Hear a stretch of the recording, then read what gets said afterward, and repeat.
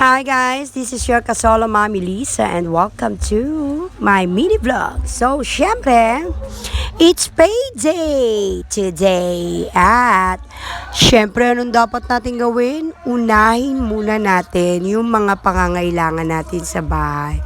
Mga basic necessities kagaya ng sabon, shampoo, dilata, toothpaste, ano pa ba yung mga basic necessities?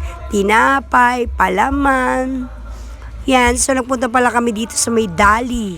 Dito lang malapit sa amin sa Kasiglan. Kasi sabi nga ng mga anak ko, mas mura daw dito. So ayan, si Ras. Si Antonino guys, nauhaw na kaya binuksan na niya yung ano. Pero binayaran namin niya, huwag kayo mag-alala. Tapos yan, bumili rin kami ng itlog. Syempre, para pag walang ulam, meron silang iluluto. Tapos, bigas. Syempre, first ano lang muna kasi ayoko na sasayang talaga ang bigas. Kaya sabi ko, bumili muna ng 5 kilo. Kasi pag maraming bigas, guys, ang dami nilang sinasayang. Niluluto tapos nasasayang. Ayoko ng ganun.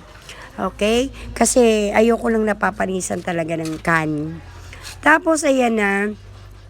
Dito pala sa Dali, ang kanila palang parang style dito ay you will repack your own pinamili. Parang gano'n. Tapos naghanap kami ng karton. Kasi wala rin silang karton, guys.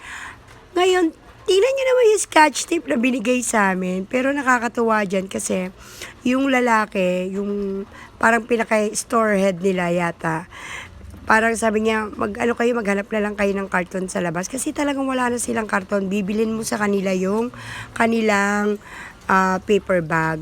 Tapos ayun nga, tapos yung scotch tape kung gaano kalit. Diyos ko sabi ko kay Antonino, kailangan talaga buhatin mo yan at yung iba ilagay na lang sa paper bag.